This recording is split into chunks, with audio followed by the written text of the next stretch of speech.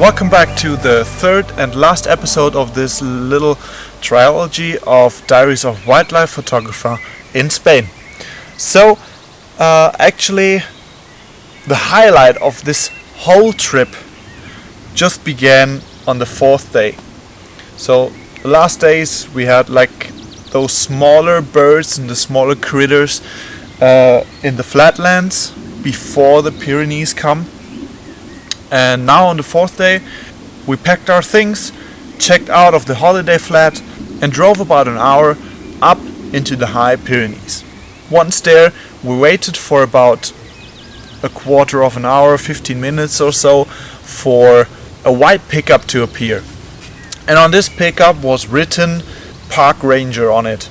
This hide from the fourth day was very special. We even needed a special permit for that. Our guides did everything for us because we don't speak any Spanish, and they did everything for us, but for this hide we needed a special permittance because it was in a special nature preserve here in the north of Spain, in Catalonia. And once collected by the ranger, we drove about an hour out over some gravel roads and through like stick and stone, and it was very, very, very rough terrain. Once we went through that, about an hour drive roundabout, straight into the national park, which was actually very special, especially the drive with the 4x4 car. I mean, I've driven some 4x4 cars before, but never on a terrain it's built for, it's actually made for, and when you have the shaking from the car and everything, and that's was an experience for itself. Maybe you have also guessed the aim or also seen it from the title. The aim species for that were vultures. Like all the vulture species they offer here.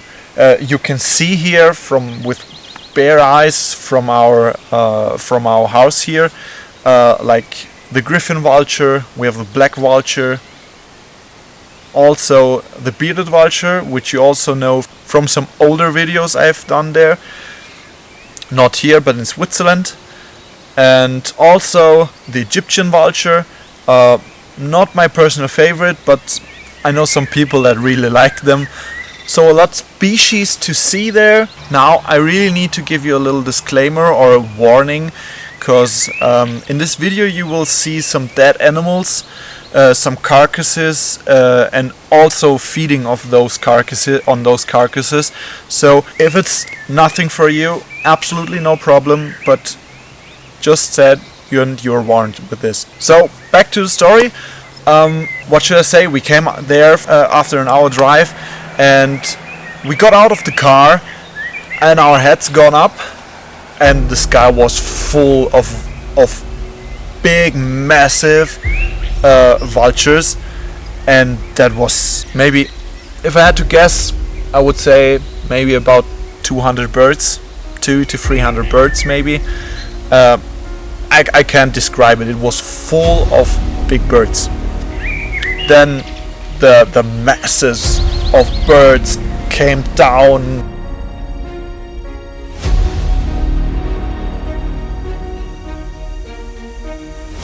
Here I have some background information for you about these feedings. While it may seem very unnatural to see these masses of animals, it was not always like this. A long time ago, Spain had forbidden farmers to just simply leave the natural dead animals in the pastures for the vultures. However, these served as an important part of the animals' food basis and the populations of the Griffin vultures, the black vultures, also the bearded vultures in the end, and the Egyptian vultures. And those populations declined very rapidly when those regulations came out. And then some people came out with this idea to all the meat that isn't used anymore and throw it on a place where these Griffin vultures and all the other vulture species can come and get their food. And through such feeding stations, a compromise was found somehow to dispose of dead animals sensibly and to keep the population of the vultures constant. Thus, by visiting these hides, we are actively helping to maintain them to secure the food basis of the vultures. But what do you think about this whole thing? Do you think it might be too much of a good thing by now? Maybe it's already being exploited too much for some tourism? Or do you think it's okay? Like, I'm not really sure about that, if it's okay or if it's not. Just maybe feel free to write me in the comments what you think about this topic. Very quickly after the masses of the Griffin Vultures reduced the remains, from a photography point of view, it got very interesting.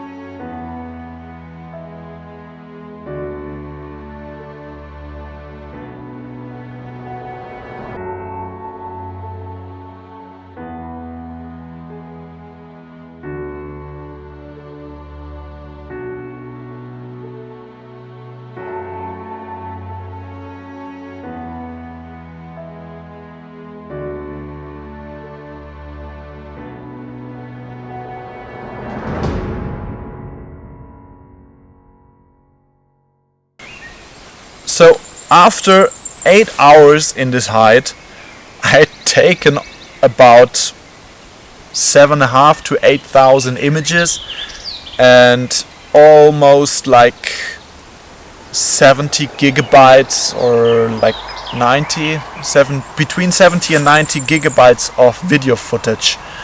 And yeah, after 8 hours we were completely tired. We had a completely mental overload, and we just drove down there with the ranger, got to our car and got to a wonderful hotel with a very charming hotel owner. I can also put you a link in the description from this hotel. I can really recommend that. Was lovely being there. Very nice rooms, very nice food. Local food, especially for people that also like to experience the local food where you're photographing. I mean, that's also a bit of a cultural thing, and I really enjoyed that a lot. We had dinner, went to bed early, and the following day promised to be just as successful as the day we had behind us. The next morning we got up again at a very moderate time, because the vultures just come out when the food is there, so we had no big rush with it. This time we got there with a scientific woman from a scientific department. They observe actually the population of the black vulture, and so we also got into a white pickup truck and drove up the hill to the second vulture hide. What also was very interesting about that hide is that this hide is still in use in purpose of some research for scientific and reintroductional cases. And after we were helping our guide to keep the vultures away so she could put all the the meat and the bones and everything out. We just hopped into the hide, rushed in, prepared everything, and then the action just started as the days before. Actually, we learned from that. I just sat down this time and waited like an hour when all the action was finished. And then the good part for photography starts, and then you can really take some good images.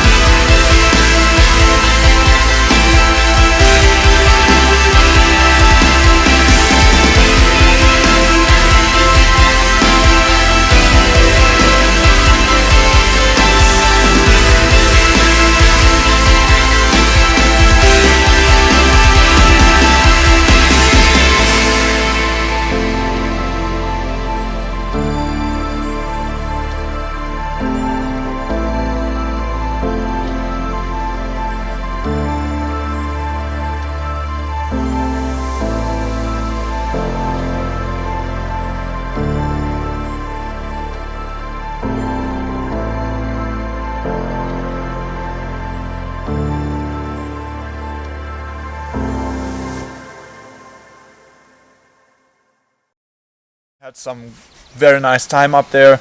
The hide was very nice, and I think I got also some very nice images. Now for the resume. I guess this whole holiday or this whole trip to Spain to photograph some very special birds, some very special wildlife was, for me, it was a very nice experience. I see that it's very different from the normal type of photography I do. Like when you have some projects at home, you do some research, then you start taking out some trail cams. After a month or so, you know where the animals are coming, then you sit down and take the images, and then you have like bigger story behind that image. And that's what I take back for me, is that hide photography is awesome for doing some nice images of wild animals, and I see the necessity for on holidays, because you don't have the time to do some research, and also maybe not the permission. Here in Spain, I guess it's much more difficult than in Germany.